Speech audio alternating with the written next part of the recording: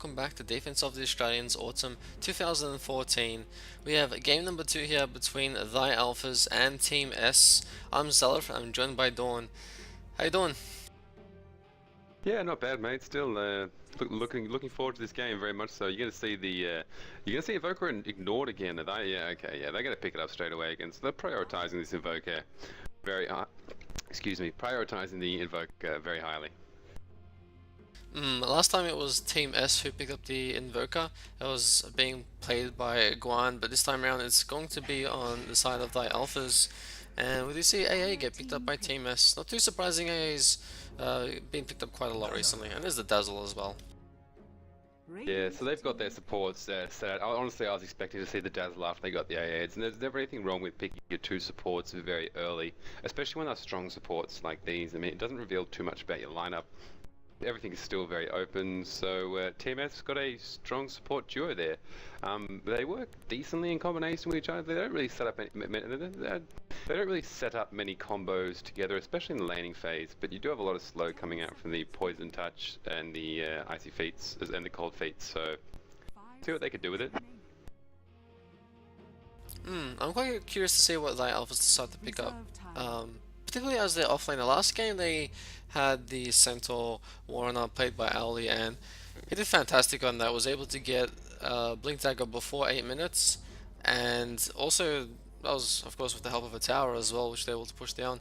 And once he got that Blink Dagger, I started to roam around into the mid lane. I started helping out the other lanes a little bit more. They got some very quick early tier 1 towers and were able to continue to snowball out of there. And Thy Alphas, they decided to go for a Venomancer. Yeah, so first time we see Venomancer through the tournament, and as you were saying about the Centaur, he played very well last game and actually banned out by Team S. They don't want to verse that again, so I'm interested to see what they'll do with this Venomancer, or how they're going to lane it. Well, considering they've picked up the Invoker, I doubt it's going to be a mid Venomancer, which we have seen before a long time ago. But yeah, it looks like it's just going to be a support Venomancer, I'd say. Venomancer is going to give them the ability to push a little bit as well, just thanks to those wards. Not as much as other heroes, but at the same time, if Thy Alphas decide to go for a lot of that pushing power, they can use this Venomancer to that effect. At the same time, the Venomancer's Venomous Gale in the early game, that slow is very powerful and can set up a lot of early kills. Yeah, it's definitely one of the strongest level 1 abilities that you get in the game. It's it rightfully copped a nerf 1 or 2 patches ago where they actually made it not deal damage at level 1, but the slow is still there. It's a very long slow, very effective slow. So I'm interested to see what support they're going to pick up in conjunction with it, because I'm assuming we're going to see it in a defensive tri lane. Could run it in an aggressive tri lane. He's very capable of doing both. But I'm really interested to see what next support they're going. There's still a lot of good support heroes in the pool, though 2 of the best have been taken out, so...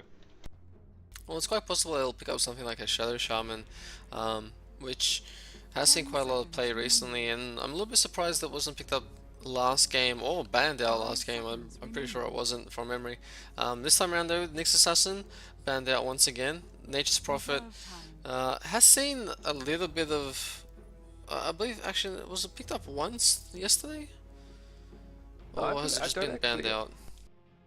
You know what, I can't fully remember, but looks like they banned the Spectre out, so maybe afraid of a little bit of a global strat, or I'm really not sure about that.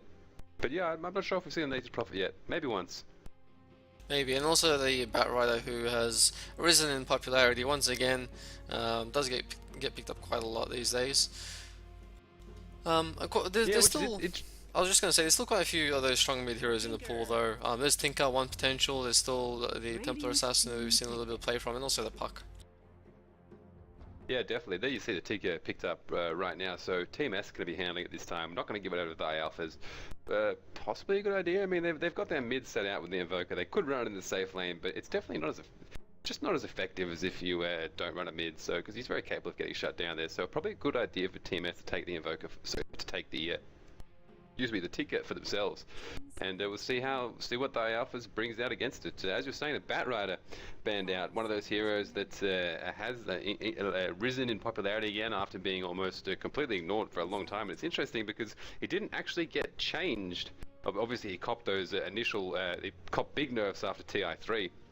But since then, really not been changed at all. But one of those heroes that he just comes back into the scene just because. No real reason. Teams just start picking him up again, which is always good because he was always a very strong hero. Copped a few nerfs, but he's still very capable of dominating the game and just setting the pace of the game for the team that has him. Yeah, and once he gets a little bit of extra farm that he needs, it's a bit hard for him to farm these days because of the nerf to his damage, but he can still get some decent farm early on. Once he gets that Blink Dagger, his initiation isn't as good because of the cast range of the Lasso these days, but it's still quite powerful. Die Alphas, though, they're going to pick up a Vengeful Spirit, which is quite interesting here, and Team S decide to go for that puck.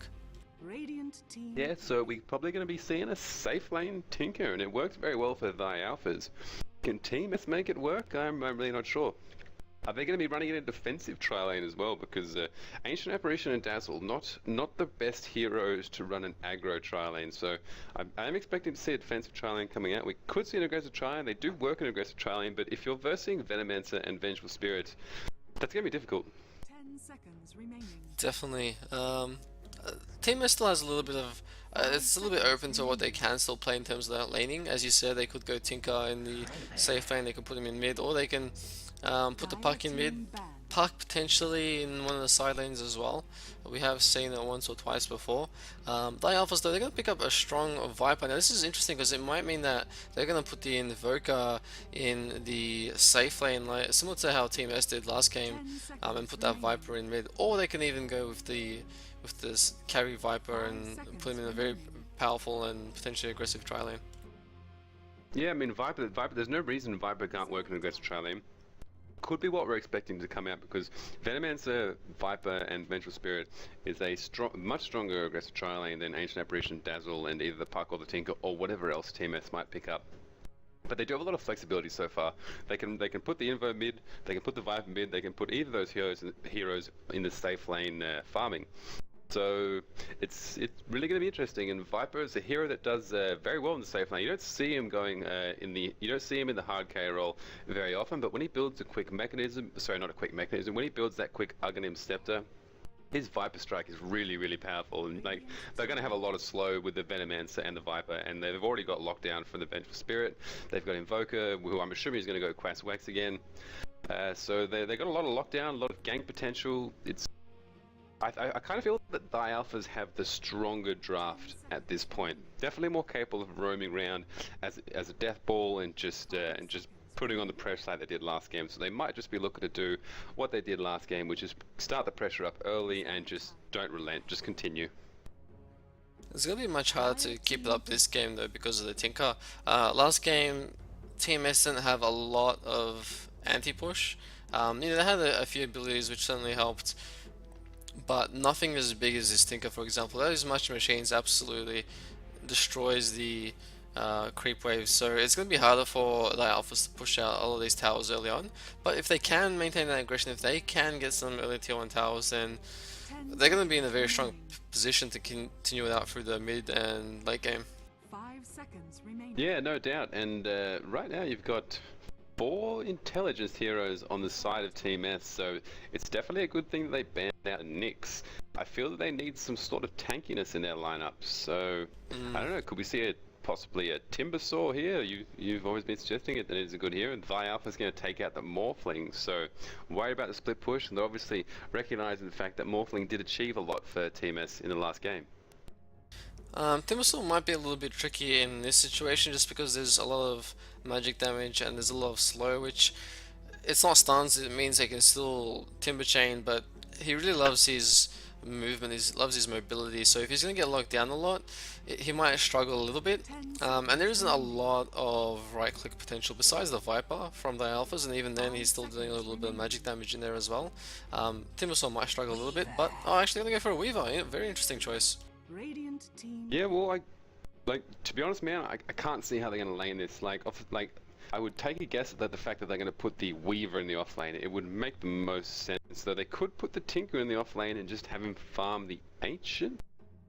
You know what, man? I really don't know, but I do worry about the capacity for Team S to just get completely be completely blown up. I mean, if this Invoker lands a good Tornado and then EMP, they're all going to be very low, and they're going to be susceptible to the mana burn as well. So we've got to see some more Arcane Boots coming out this time, I hope.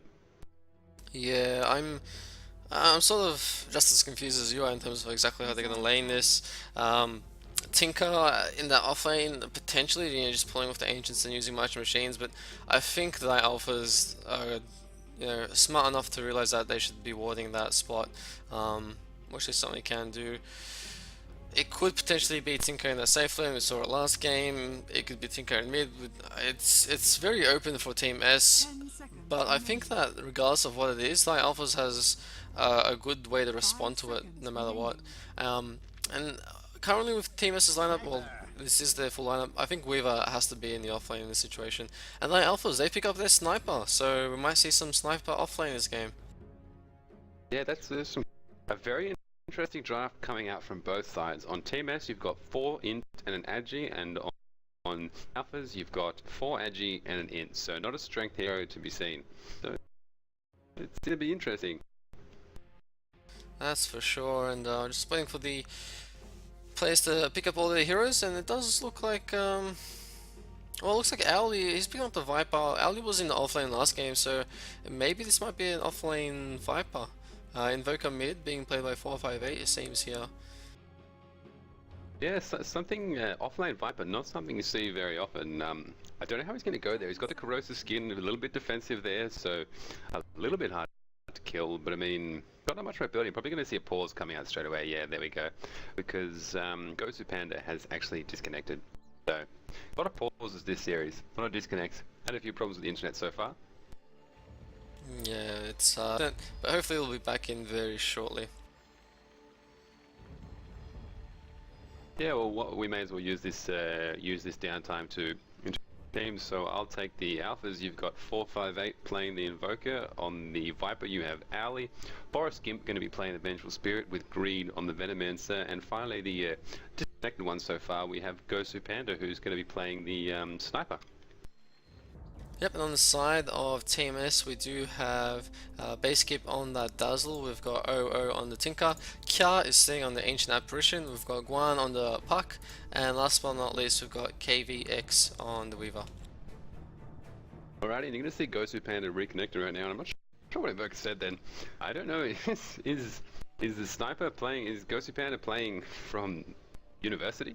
That might explain its disconnects, because like, I'll tell you what man, like university internet is crap. Depends on what university. I've heard that some universities have quite amazing internet, but yeah, from what I've heard, most of them will struggle and drop out from time to time.